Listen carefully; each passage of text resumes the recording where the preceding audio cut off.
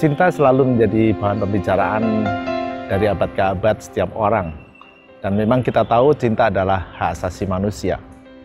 Setiap orang mempunyai cinta.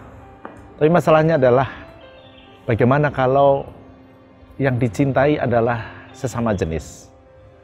Bagaimana kalau yang dicintai adalah orang-orang yang sering tidak menjadi bahan pembicaraan orang-orang zaman sekarang?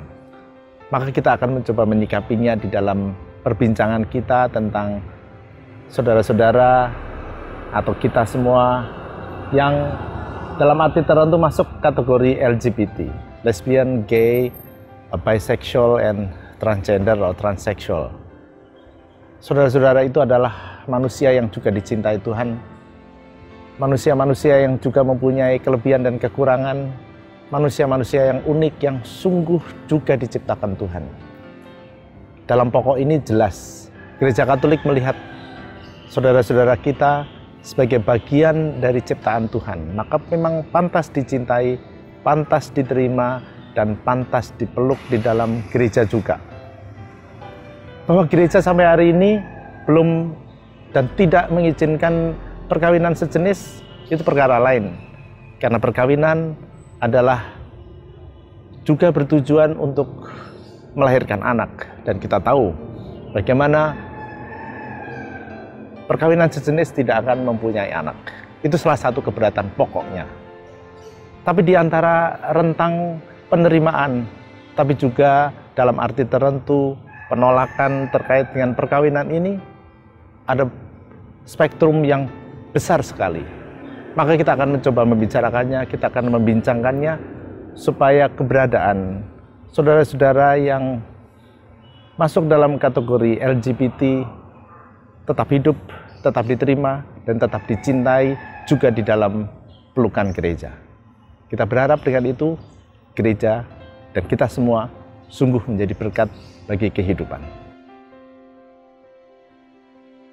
Banyak pertanyaan, terutama terkait dengan mereka yang masuk kategori LGBT yang ada di sekitar kita.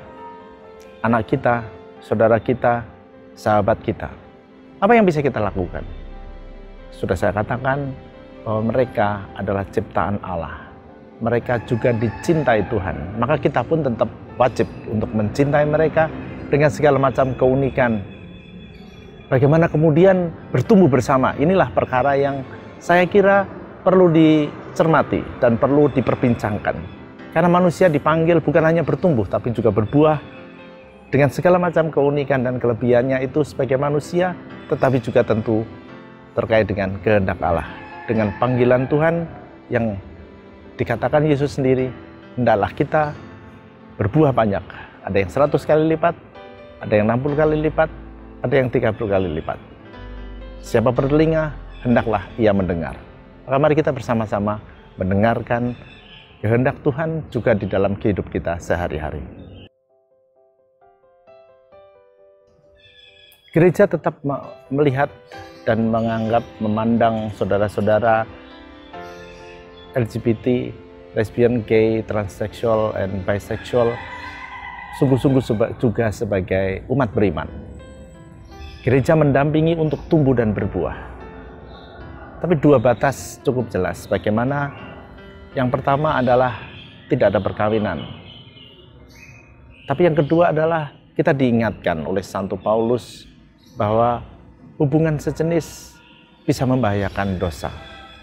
Karena itu dalam rentang inilah sebenarnya pendampingan gereja juga mewujud di dalam kehadiran kita untuk mereka. Tapi juga sekaligus beberapa lembaga saya kira ikut membantu. Para imam, mungkin juga para biarawan-biarawati bisa membantu untuk diajak berbincang-bincang. Memang bukan perkara yang gampang, tetapi saya kira kita harus bersama-sama saling mendukung, saling menguatkan, terutama untuk menjadi sempurna seperti Bapa yang adalah sempurna.